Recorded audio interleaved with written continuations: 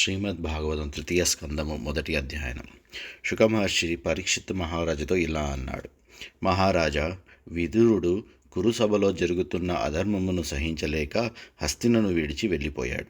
విదురుడు పుణ్యక్షేత్రాలు తిరుగుతుండగా మైత్రేయుని కలుసుకున్నాడు. అప్పుడు మైత్రేయుడు ఇదే ప్రశ్న విదురుని అడిగాడు. దానికి విదురుడు చెప్పిన సమాధానం నేను నీకు చెబుతున్నాను. శ్రీకృష్ణుడు పాండవదూతగా హస్తినాపురంకు వెళ్ళాడు. సుయోధనుడు తన ఇంటికి విందుకు ఆహ్వానించినా తిరస్కరించి పిలవకపోయినా విదురుని ఇంటికి వెళ్ళాడు శ్రీకృష్ణుడు అని చెప్పాడు శుకుడు. ఇప్పుడు పరీక్షిత్తుకు ఒక సందేహము కలిగింది. ఓ మహర్షి, విదురుడు మైత్రేయుని కలుసుకున్నాడు అని చెప్పారు కదా, విదురుడు మైత్రేయుని ఎప్పుడు ఎక్కడ కలుసుకున్నాడు? వారు ఏమేమి మాట్లాడుకున్నారు? ఆ వివరములు మాకు చెప్పండి అని అడిగాడు పరీక్షిత్తు. పరీక్షిత్ అడిగిన ప్రశ్నలకు శుకుడు ఈ విధంగా చెప్పాడు. మహారాజా, ధృతరాష్ట్ర మహారాజు అంధుడు. అతని కుమారుడు అహంకారంతో కళ్ళు మూసుకుపోయిన మదాంధుడు.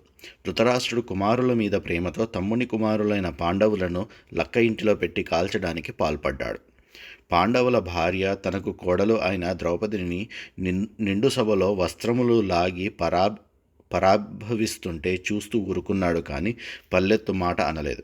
సుయోధనుని వారించలేదు. మాయాద్యూతంలో రాజ్యము పోగొట్టుకున్న పాండవులు భార్య ద్రౌపదితో సహా అడవులకు వెళ్ళారు. అరణ్య అజ్ఞాతవాసములు పూర్తి అయిన తర్వాత తిరిగి వచ్చి రాజ్యములో భాగం అడిగారు. కానీ ధృతరాష్ట్రుడు ఏవేవో సాకులు చెప్పి పాండవులకు రాజ్యంలో భాగం ఇవ్వలేదు. అప్పుడు పాండవులు పక్షాన శ్రీకృష్ణుడు ధృతరాష్ట్రుని వద్దకు రాయబారిగా వెళ్ళాడు. కౌరవ సభలో పాండవులు పక్షాన మాట్లాడాడు. రాజ్యములో సగభాగం ఇవ్వమని అడిగాడు. లేని ఎడల కనీసం 5 ఊళ్ళు అయినా ఇవ్వడం ధర్మం అని పలికాడు. శ్రీకృష్ణుని పలుకులు ధృతరాష్ట్రునికి సుయోధనునికి రుచించలేదు. వారు కృష్ణుణ్ణి ఆదరించలేదు. అప్పుడు ధృతరాష్ట్రుడు విదురుని సలహా చెప్పమని అడిగాడు. అప్పుడు విదురుడు ధృతరాష్ట్రునికి నీతివాక్యములు చెప్పాడు. దానినే విదురనీతి అంటారు.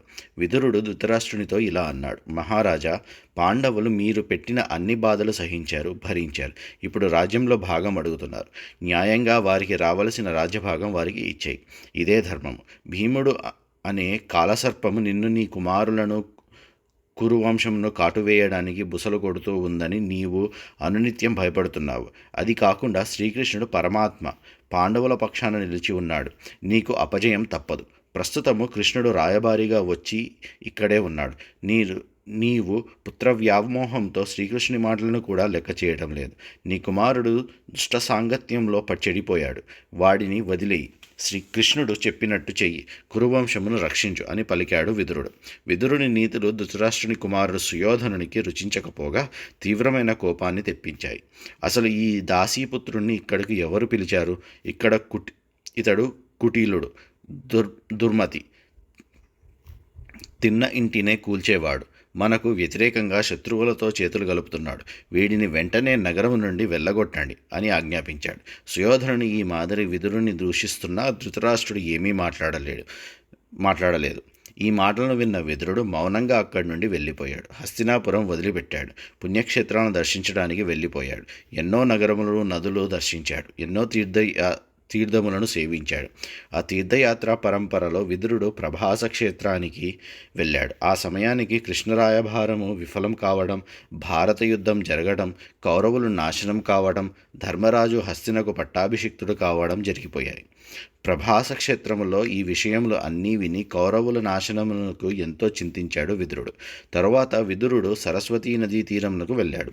సరస్వతీ నదీ తీరంలో ఉండే త్రితము, ఉషవసము, మనువు, మృదువు, అగ్ని, అసీతము, వాయువు, సుదాసము, గానము, గుహము, శ్రద్ధదేవము మొదలగు తీర్థములలో స్నానం చేశాడు. దానధర్మములు చేశాడు. ఈ ప్రకారంగా విదురుడు ఎన్నో పుణ్యక్షేత్రములను, తీర్థములను సందర్శించాడు. తరువాత విదురుడు సౌరాష్ట్రము, సౌవీరము, మత్స్య, కురుజాంగలము మొదలగు దేశములలో పర్యటించాడు. యమునా తీరం చేరుకున్నాడు. అక్కడ కృష్ణ భక్తుడైన ఉద్ధవుణ్ణి చూచాడు. కృష్ణుని అనుచరుడు, సఖుడు, భక్తుడు అయిన ఉద్ధవుని చూచి విదురుడు గట్టిగా కౌగిలించుకున్నాడు. విదురుడు ఉద్ధవుణ్ణి కృష్ణుని యొక్క బంధువుల క్షేమములను అడిగాడు. ఉద్ధవ, శ్రీకృష్ణుడు, బలరాముడు క్షేమంగా ఉన్నారా? వారి తండ్రి వసుదేవుడు క్షేమంగా ఉన్నాడా? శ్రీకృష్ణుని కుమారుడు యాదవ సేనానాయకుడు ప్రద్యుమ్నుడు క్షేమంగా ఉన్నాడా?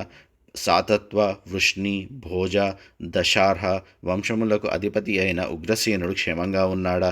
శ్రీకృష్ణుడిని జాంబవంతుని వలన జన్మించిన కుమారుడు సాంబుడు క్షేమంగా ఉన్నాడా? అర్జునుని శిష్యుడు అయిన సాత్యకి క్షేమంగా ఉన్నాడా? శ్రీకృష్ణుడు అక్రూరుడు క్షేమంగా ఉన్నారా? శ్రీకృష్ణ భక్తుడు అక్రూరుడు క్షేమంగా ఉన్నాడా? శ్రీకృష్ణుని తల్లి దేవకిని కుమార్తె అయిన దేవకుని కుమార్తె అయిన దేవకి క్షేమంగా ఉందా?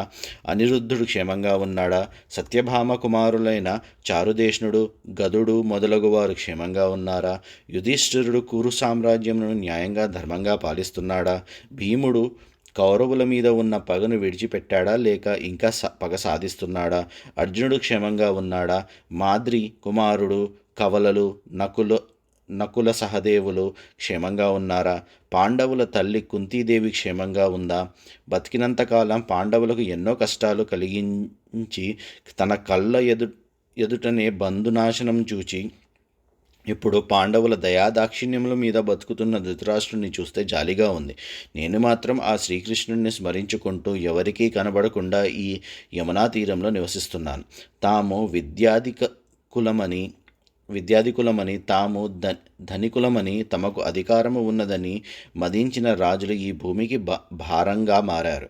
వారిని అందరినీ ఒకేసారి సంహరించవలననే ఉద్దేశంతో శ్రీకృష్ణుడు, సుయోధనుడు, అతని తమ్ముళ్ళు, అతన్ని స్నేహితులు చేసిన దుర్మార్గములను, పాపములను సహించాడు. అంతేకాని శ్రీకృష్ణుడు సుయోధనుని దుర్మార్గములను అరికట్టి తనను నమ్ముకున్న పాండవులను రక్షించడానికి చేతకానివాడు, అసమర్థుడు కాదు అని అనుకుంటున్నాను. ఆ పరమాత్మ తాను ఎలాంటి జన్మనెత్తనవసరం లేకపోయినా దుష్టులను సంహరించి తన భక్తులను రక్షించడానికి శ్రీకృష్ణుడిగా అవతరించాడు. తనకు ఎలాంటి కర్మలు చేయనవసరం లేకపోయినా తన భక్తుల కొరకు ఎన్నో కర్మలు ఆచరించాడు. భగవంతుని సంగతి సరే, త్రిగుణములకు లోబడిన మానవుడు ఎవరైనా కోరి కర్మలకు అధీనమైన ఆ దేహమును ధరించడానికి ఒప్పుకుంటాడా? మిత్రమా, తన శరణుజొచ్చిన రాజులను, తన భక్తులను కాపాడడానికి భగవంతుడు తనకు జన్మ అనేది లేకపోయినా యదువంశంలో జన్మించాడు. ఎన్నో లీలలను ప్రదర్శించాడు. ఉద్ధవ, నాకు ఆ పరమాత్మ లీలను గురించి వివరించు అని విదురుడు ఉద్ధవుణ్ణి అడిగాడు. 2వ అధ్యాయం. ఈ ప్రకారంగా విదురుడు శ్రీకృష్ణుని గురించి ఉద్ధవుణ్ణి అడిగాడు. ఉద్ధవుని మనసులో ఒక్కసారిగా శ్రీకృష్ణ పరమాత్మ కనిపించాడు. ఉద్ధవుడు శ్రీకృష్ణుని ఊహలలో తేలిపోయాడు. అందుకని వెంటనే విదురునికి సమాధానం ఇవ్వలేదు.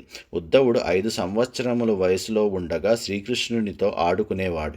శ్రీకృష్ణునితో ఆటపాటలలో మునిగి తేలేవాడు.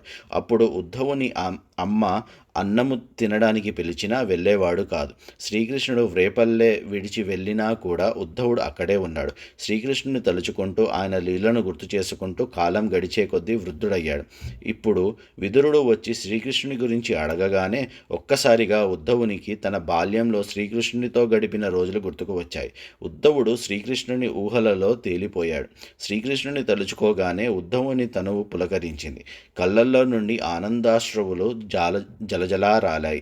శ్రీకృష్ణుని ప్రేమలో మునిగిపోయాడు ఉద్ధవుడు తన పరమాత్ముని భావనలో ఉన్నాడని అనుకున్నాడు విదురుడు.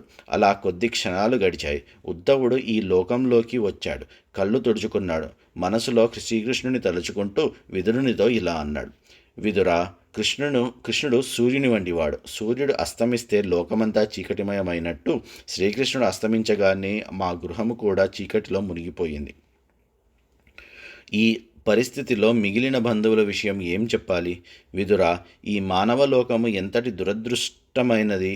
పాల సముద్రములో నిత్యము ఈదులాడే చేపలకు పాల యొక్క రుచి తెలియనట్టు ప్రతిరోజు తమతో తిరుగుతూ తమ కళ్ళ ముందు కనబడుతున్న శ్రీకృష్ణుని మహత్తును ఈ యాదవులు గుర్తించలేకపోయారు. ఆ యాదవులు ఎంత దురదృష్టవంతులో కదా. అందులోనూ మానసిక శాస్త్రవేత్తలు, పండితులు ఎల్లప్పుడూ శ్రీకృష్ణుని వెంట ఉండే యాదవులు కూడా శ్రీకృష్ణుని కేవలం ఒక యాదవ ప్రముఖుడుగానే చూచారు, కానీ సాక్షాత్తు భగవంతుని అవతారం అని గుర్తించలేకపోయారు. వారంతా మాయకు లోబడి శ్రీకృష్ణుడు మావాడు, మా బంధువు, మా మిత్రుడు అనుకున్నారు. శిశుపాలుడు లాంటి వాళ్ళు శ్రీకృష్ణుడిని ఒక శత్రువుగా తలిచి ఎన్నో దుర్భాషలాడాడు. కానీ ఆ మాటలన్నీ ఆ శ్రీకృష్ణుని భక్తులమైన మాలాంటి వారి మనసును, బుద్ధిని ఏమాత్రం ప్రభావితం చేయలేవు. మా దృష్టిలో శ్రీకృష్ణుడు పరమాత్మ అవతారం. ద్వారకలో ఉన్న యాదవులు ఏ తపస్సు చేయలేదు. కానీ వారి ముందు శ్రీకృష్ణుడు ఎల్లప్పుడూ తిరుగాడుతూ ఉండేవాడు. కానీ వారి కళ్ళు ఎప్పుడూ తృప్తి చెందేవి కావు. ఎందుకంటే శ్రీకృష్ణుడు చాలా కాలం హస్తినలో, ఇతర ప్రదేశాలలో ఉండేవాడు. ఇప్పుడు ఆ కృష్ణుడు కాలగర్భంలో కలిసిపోయాడు. ఈ లోకానికి కళ్ళు పోయినట్టు అయ్యింది. అంతేకాదు, తన యొక్క యోగమాయ బలం చేత పరమాత్మ అత్యంత సుందరమైన ఆకారంతో శ్రీకృష్ణుడిగా అవతరించాడు. ఆ కృష్ణుని సౌందర్యానికి సకల జగత్తు సమ్మోహితమైంది. విదుర ఒక్కసారి కృష్ణుడే తన సౌందర్యాన్ని చూచి ఆశ్చర్యపోయాడట. శ్రీకృష్ణుని అందము, సౌందర్యము భూషణములకే భూషణముగా శోభిల్లింది. ధర్మరాజు రాజసూయ యాగం చేశాడు.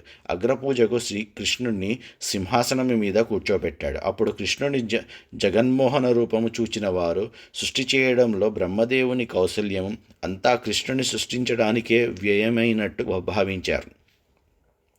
శ్రీకృష్ణుని బాల్యంలో గిరివ్రజములో ఉండగా వ్రజములో ఉన్న స్త్రీలు శ్రీకృష్ణుని ప్రేమతో కూడిన చూపులకు, ఆయన మాటలకు పొంగిపోయి కృష్ణుడు ఎప్పటికీ తమవాడని గర్వించారు.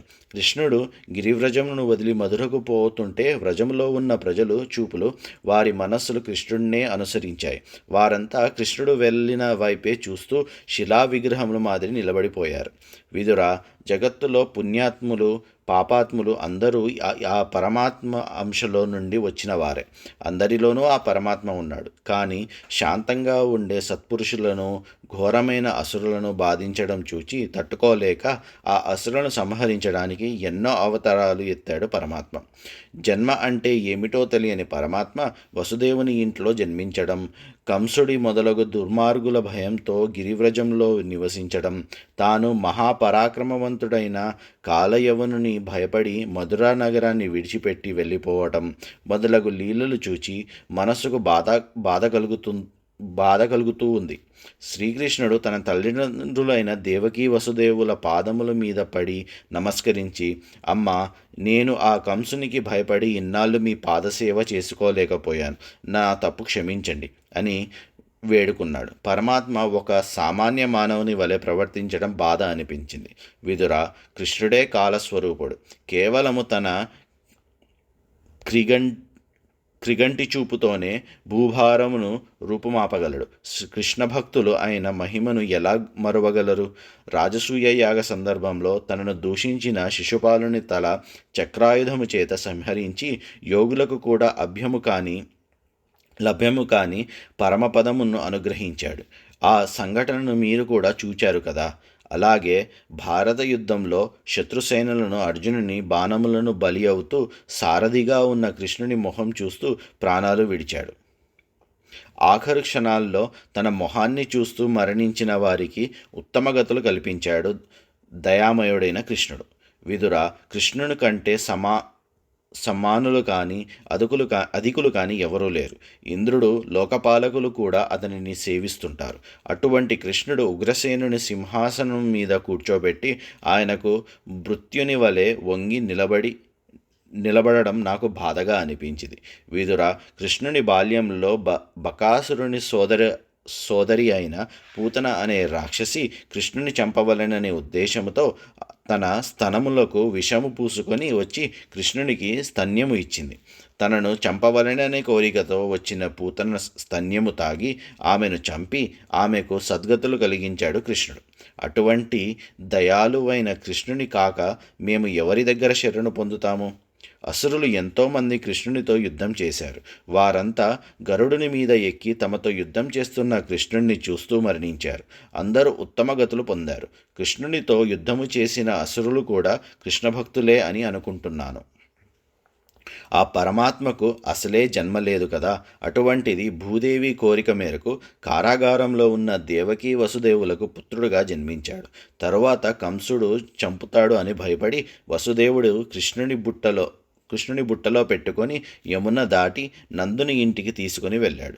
నందుని గోకులంలో కృష్ణుడు 11 సంవత్సరాల పాటు అన్న బలరామునితో సహా రహస్యంగా జీవించాడు.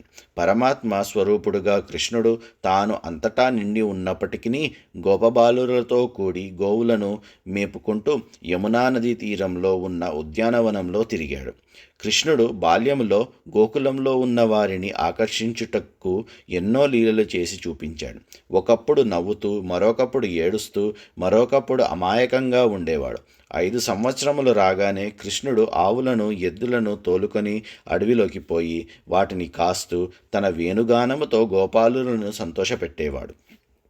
కంసుడు పంపిన రాక్షసులనందరినీ అవలీలగా సంహరించి గోకులంలో ఉన్న వారికి ఆశ్చర్యమును కలిగించాడు.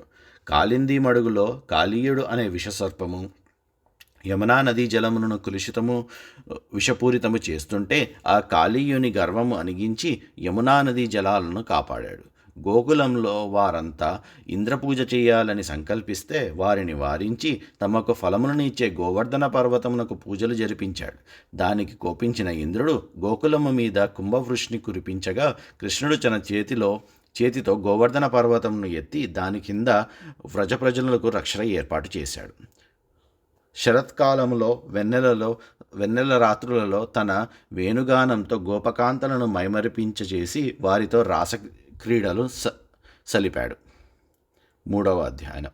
శ్రీకృష్ణుడు తన 11వ ఏట మధురకు వచ్చి తన మేనమామ కంసుణ్ణి సింహాసనం నుండి కిందకు పడదోసి చంపి తన తల్లిదండ్రులైన దేవకీ వసుదేవులను చెరసాల నుండి విడిపించాడు. తరువాత విద్యాభ్యాసమునకు సాందీపుని వద్దకు వెళ్ళాడు. అక్కడ 4 వేదములను అభ్యసించాడు.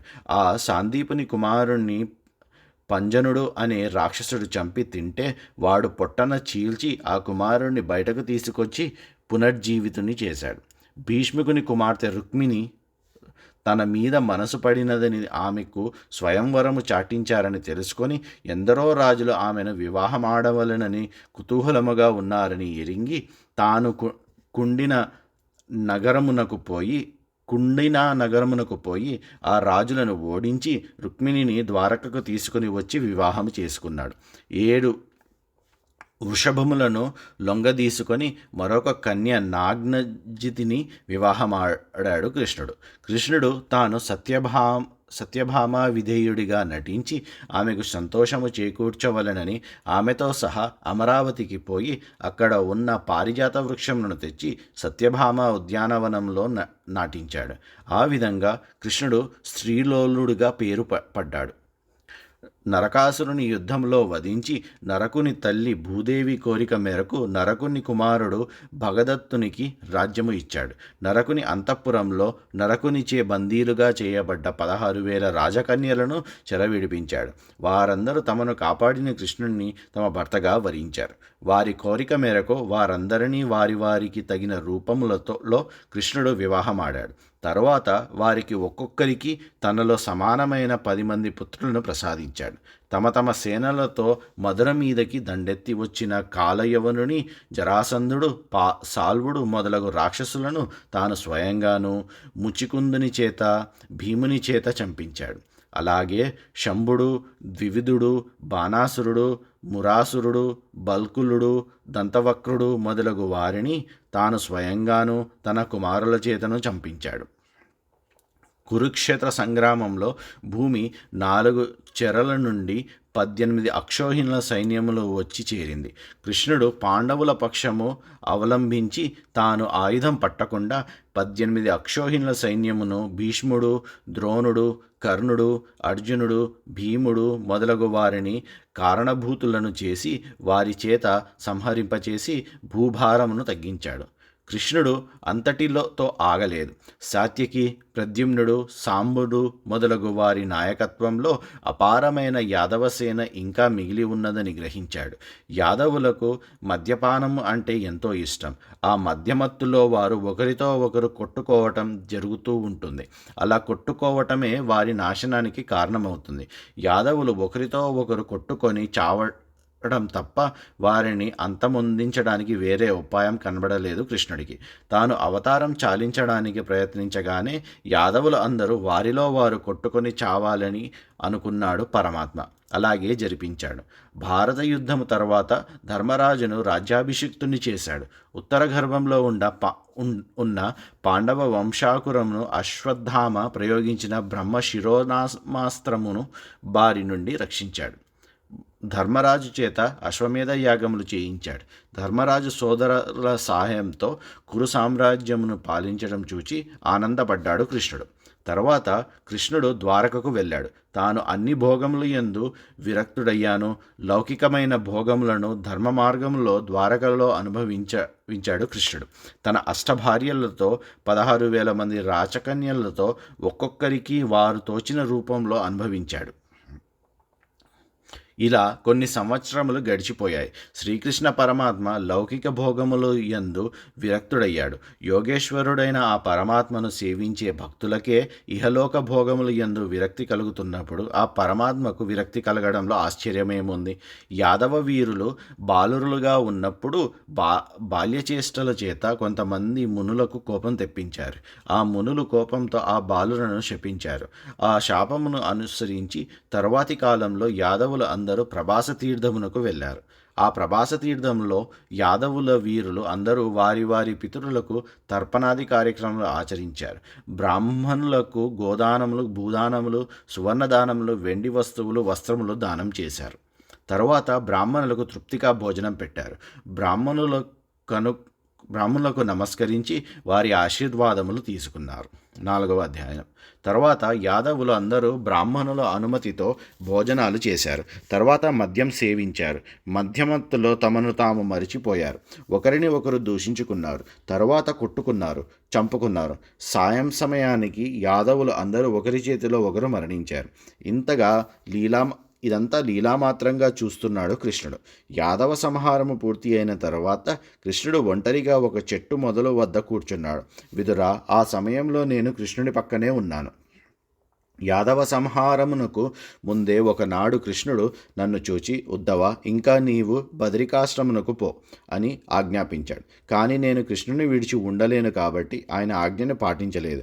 ఆయన వెంటనే ఉన్నాను. సరస్వతీ నదీ తీరంలో ఉన్న రావి చెట్టు మొదట్లో ఒంటరిగా తన ఎడమ తొడపై కుడికాలు పెట్టుకొని కూర్చొని ఉన్న కృష్ణుడిని చూచాను. కృష్ణుని ముఖంలో చిరునవ్వు తొణికిసలాడుతూ ఉంది.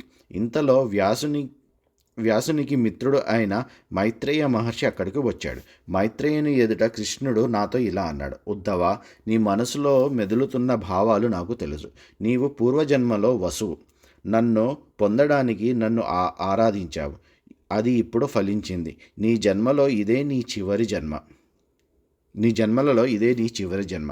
అందుకే ఈ జన్మలో నా సన్నిహిత్యము నీకు లభించింది. నీవు ఈ లోకమును వదిలి వైకుంఠమునకు పోవడానికి సిద్ధంగా ఉన్నావు. నీ చివరి దశలో నన్ను చూడడానికే నన్ను వెతుక్కుంటూ ఇక్కడికి వచ్చావు. ఈ నిర్జన ప్రదేశంలో నన్ను చూడగలిగావు. పూర్వము నేను బ్రహ్మకు పరమమైన జ్ఞానమును ఉపదేశించాను. అదే భాగవతం అని పలుకుతున్న కృష్ణుడిని చూచి నేను బ్రహ్మానందభరితుణ్ణి అయ్యాను. చేతులు జోడించి కృష్ణ పరమాత్మతో ఇలా అన్నాడు, పరంధామ, నేను సదా నీ పాదములను ఆశ్రయించుకొని ఉన్నాను. నీ పాదములను ఆశ్రయించిన వారికి పురుషార్థములలో ఏదీ లభించదు. కానీ నీకు నీ పాదములు ఎందే భక్తి, అనురక్తి. అందుకని నాకు ఏ పురుషార్థము అక్కర్లేదు. నీ పాదసేవ చాలును. నీకు ఏ కర్మలు చేయనవసరం లేకపోయినా నిత్యము కర్మలు చేస్తున్నావు. నీవు జన్మరహితుడు అయిన లోక కళ్యాణార్థము జన్మలు ఎత్తుతున్నావు. ఏ కోరిక లేకపోయినా ఎంతోమంది భార్యలతో సంసార సుఖములను అనుభవించావు. గృహస్థాశ్రమమును స్వీకరించావు. నీ లీలలను అర్థం చేసుకోలేక పండితులు, విద్వాంసులు నిన్ను అనుమానిస్తుంటారు, సంశయంలో పడుతుంటారు. నీకు కాలము లేదు. నీవే కాలస్వరూపుడవు, సంశయరహితుడవు. అటువంటి నీవు నన్ను పిలిచి నీ సందేహములను తీర్చుకొనుటకు నా ఆలోచనను అడిగేవాడివి. ఇంతకంటే నాకు భాగ్యం ఏముంటుంది? అదే నన్ను సదా సమ్మోహనపరిచింది. దేవా, నీవు పరమమైన జ్ఞానమును భాగవతమును అనే రూపంలో బ్రహ్మకు ఉపదేశించాను అని చెప్పావు కదా.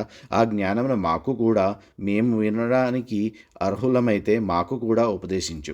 ఆ పరమ జ్ఞానమును తెలుసుకొని మేము కూడా ఈ సంసార సాగరమును దాటడానికి ప్రయత్నిస్తాము అని నేను కృష్ణ పరమాత్మను ప్రార్థించాను.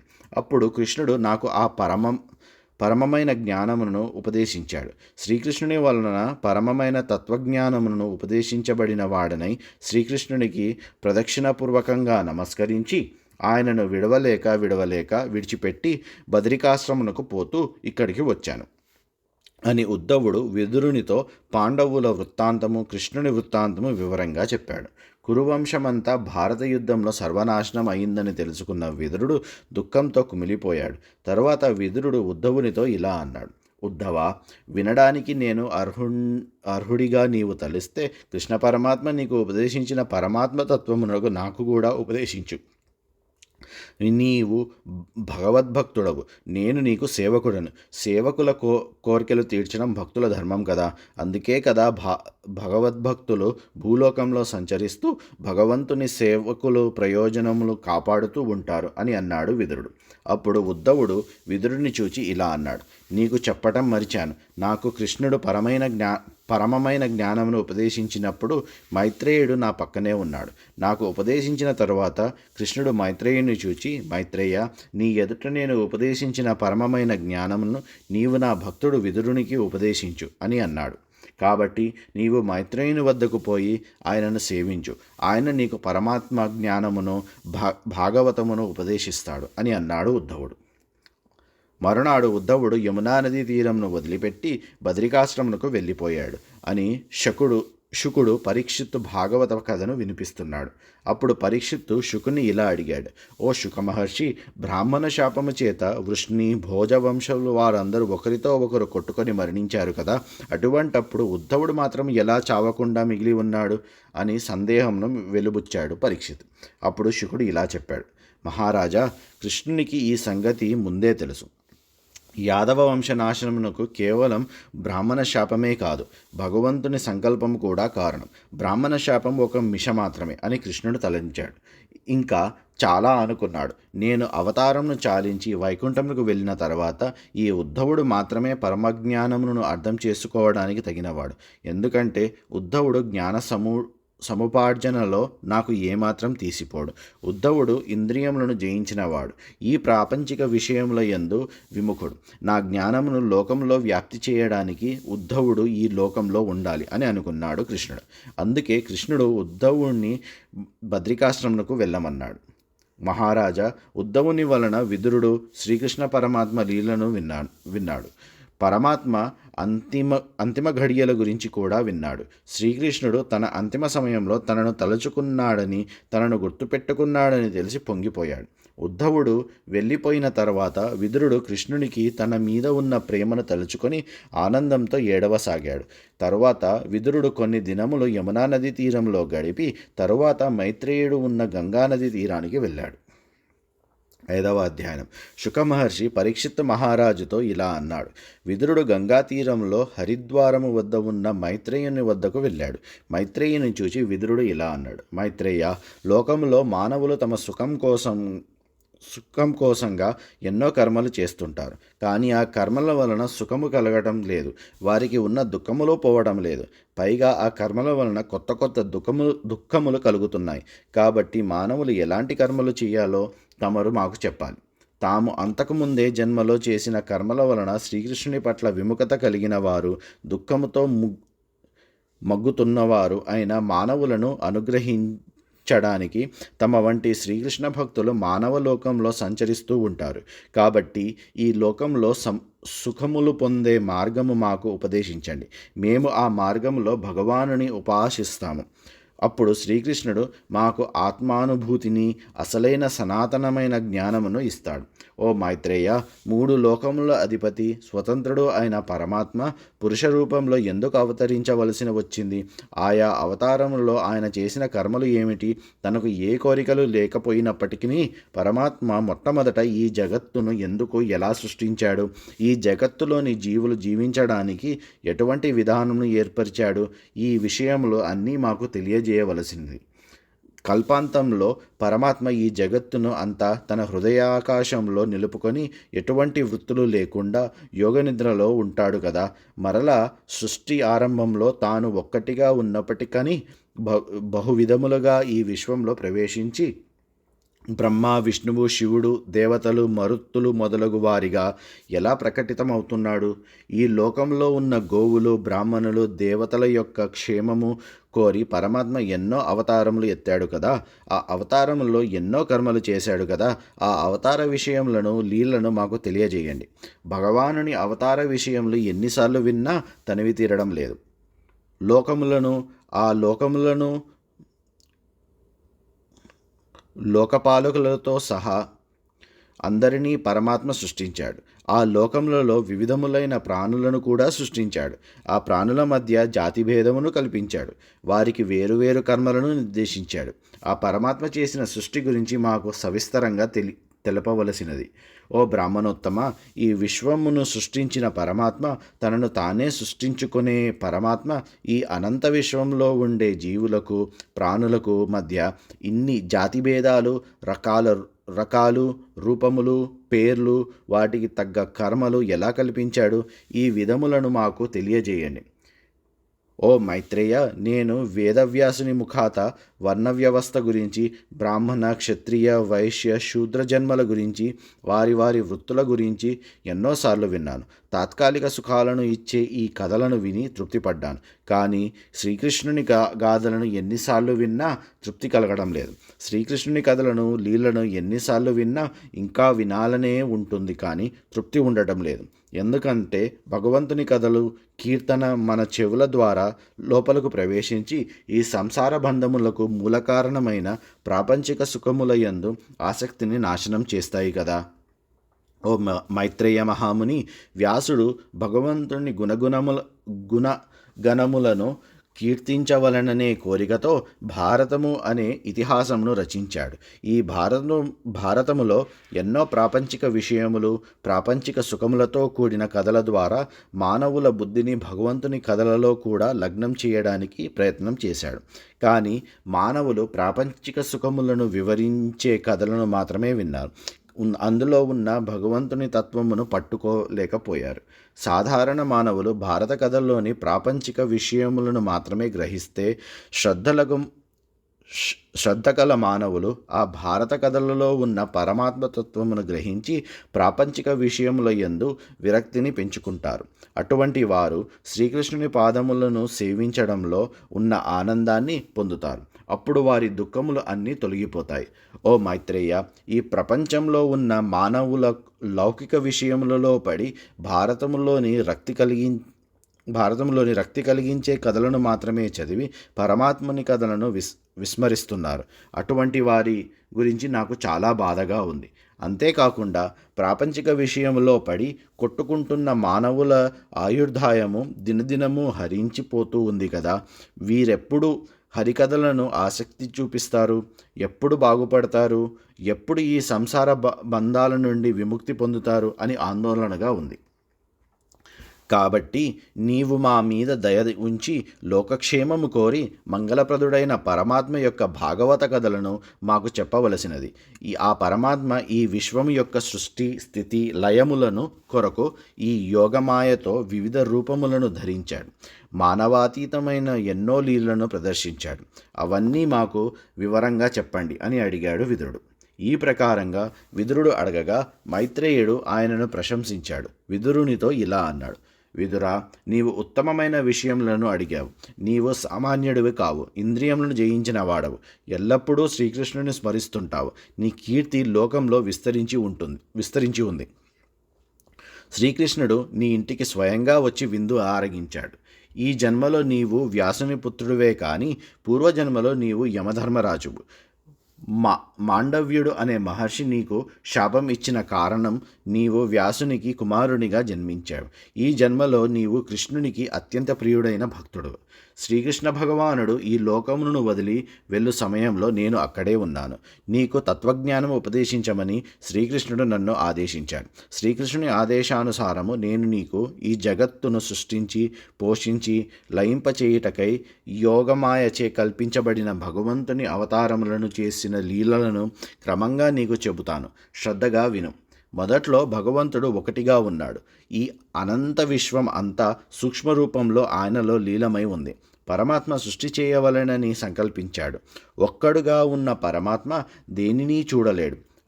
ఎందుకంటే అంతా ఆయనే కాబట్టి. ఆయన చూడడానికి ఏదీ లేదు. అంతకు ముందు ఉన్న సృష్టి అంతా సూక్ష్మరూపంలో తనలోనే ఉంది. తాను చూడ్డానికి ఏదో కావాలి, అందుకని మరలా సృష్టి చేయడానికి సంకల్పించాడు. దానినైనా చూడడానికి చూచేవాడు, చూచే వస్తువు, చూడగలిగే శక్తి, ఈ మూడు ఉండాలి. చూచేవాడు పరమాత్మ, చూడడానికి కానీ చూచే శక్తి కానీ ఏమీ లేదు. అందుకే కార్యకారణ రూపమైన త్రిగుణాత్మకమైన మాయాశక్తిని సృష్టించాడు పరమాత్మ.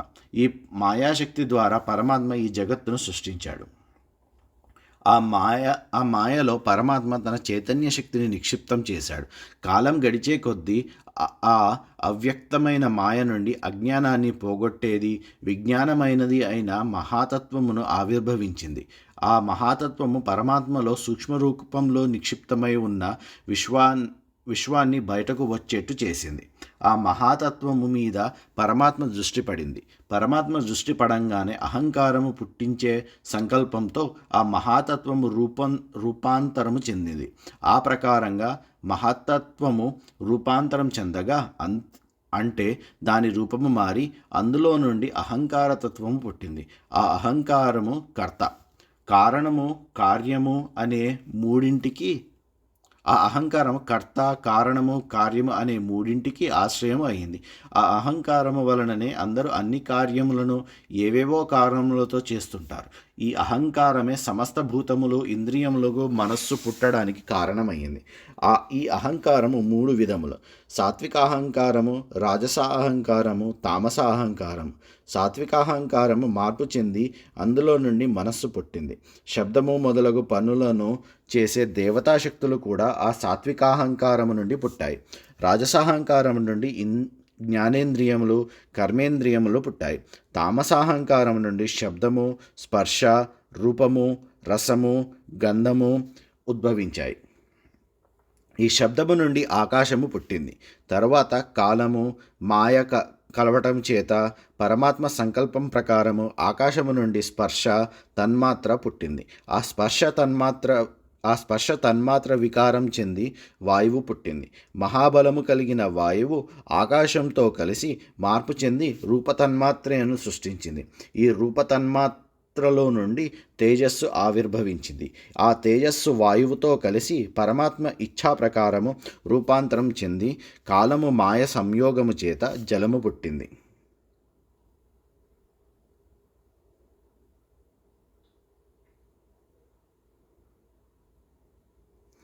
తేజస్సుతో కూడిన జలము పరమాత్మ ఇచ్ఛ వలన వికారము చెంది కాలము మాయ కలవడం వలన గంధము గుణముగా కల భూమి పుట్టింది. పంచభూతములు ముందు పుట్టిన దాని గుణముతో వెనుక పుట్టిన దాని గుణము కలిసి మూడవ భూతమునకు ఈ గుణములు అన్నీ సంక్రమించాయి. ఎలాగంటే ఆకాశగుణము శబ్దము, ఆకాశముతో వాయువు కలియడం వలన శబ్దము, స్పర్శ అనే గుణములు పుట్టాయి. ఆకాశమునకు వాయువుతో సంబంధం ఉండటం వలన తర్వాత పుట్టిన తేజస్సు, శబ్దము, రూపము, స్పర్శ అనే గుణములు వచ్చాయి. తర్వాత జలము పుట్టింది. దానిలో అంతకుముందు పుట్టిన ఆకాశము, వాయువు, తేజస్సు కలిసి ఉండటం వలన జలములో వాటి గుణములు అయిన శబ్దము, స్పర్శ, రూపము, దానితో పాటు రసము పుట్టాయి. తర్వాత భూమి పుట్టింది. భూమిలో అంతకుముందు పుట్టిన ఆకాశము, వాయువు, తేజస్సు, జలము కలిసి ఉన్నాయి. అందుచే వాటి గుణములు కూడా భూమికి సంక్రమించాయి. వాటితో పాటు భూమికి సహజ గుణము అయిన వాసన కూడా పుట్టింది. కాలము, మాయ కలవటం చేత మహతత్వము, అహంకారము, పంచభూతములు పంచతన్మాత్రలు అన్నీ పుట్టాయి. అన్నీ ఆ పరమాత్మ అంశలే. పరమాత్మ నుండి ఉద్భవించిన దేవతామూర్తులే. కానీ ఇవన్నీ విడివిడిగా ఉన్నాయి, అచేతనంగా ఉన్నాయి, తమ తమ పరిధిల్లో ఉన్నాయి, అన్నీ సంఘటితం కాలేదు. వాటికి ఒకదానితో ఒకటి సంబంధం లేకుండా ఉన్నాయి. ఆ కారణం చేత ఈ బ్రహ్మాండ సృష్టి జరగడం లేదు. ఆ దేవతలన్నీ పరమాత్మను ఇలా ప్రార్థించాయి: ఓ దేవా, నీ పాదపద్మలకు నమస్కరిస్తున్నాము. నీ పాదములను ఆశ్రయించి నీ భక్తులు యోగులు ఈ సంసార దుఃఖము నుండి విముక్తి పొందుతారు. ఓ దేవా, జీవులు అందరూ ఆధ్యాత్మికము, అధిదైవికము, అధిభౌతికము అనే 3 తాపముల చేత బాధపడుతూ ఉంటారు. వారికి ఏమాత్రం శాంతి కలగడం లేదు. అందువలన నీ పాదములకు ఆశ్రయించి శాంతిని పొందుతున్నారు. ఓ దేవా, ఋషులు మునులు వేదధ్యానము చేసి నదులలో ఉత్తమమైన సమస్త పాపములను పోగొట్టేది అయిన గంగకు ఉత్పత్తి స్థానము అయిన నీ పాదపద్మముల కొరకు అన్వేషిస్తున్నారు. జితేంద్రియులు అయిన నీ భక్తులు అత్యంత శ్రద్ధతో భక్తితో తమ పరిశుద్ధమైన మనస్సునందు నీ పాదములను నిలుపుకొని వైరాగ్యముతో కూడిన జ్ఞానమును పొందుతున్నారు. అటువంటి నీ పాదములను మేము ఆశ్రయించాము. ఈ విశ్వమును సృష్టించి పోషించి లయింపజేయవలనని సంకల్పించిన నిన్ను శరణు వేడుతున్నాము. మాకు అభయము ఏమో. ఈ లోకములో ఉన్న మానవులు తుచ్చమైన తమ దేహముల మీద, గృహముల మీద, భార్యాబిడ్డల మీద మమకారము కలిగి నేను నాది అనే దురాగ్రహముతో తమ హృదయములో అంతర్యామిగా నివసిస్తున్న నీ యొక్క పాదపద్మములను గుర్తించలేకున్నారు. అట్టి పాదపద్మములను మేము సేవిస్తున్నాం. ఓ దేవా, ఎల్లప్పుడూ విషయవాంఛలతో ఇంద్రియ సుఖములతో నిండిన మనస్సు గల మానవులు నీ పాదపద్మములను ఆశ్రయించిన భక్తులను చూడలేరు.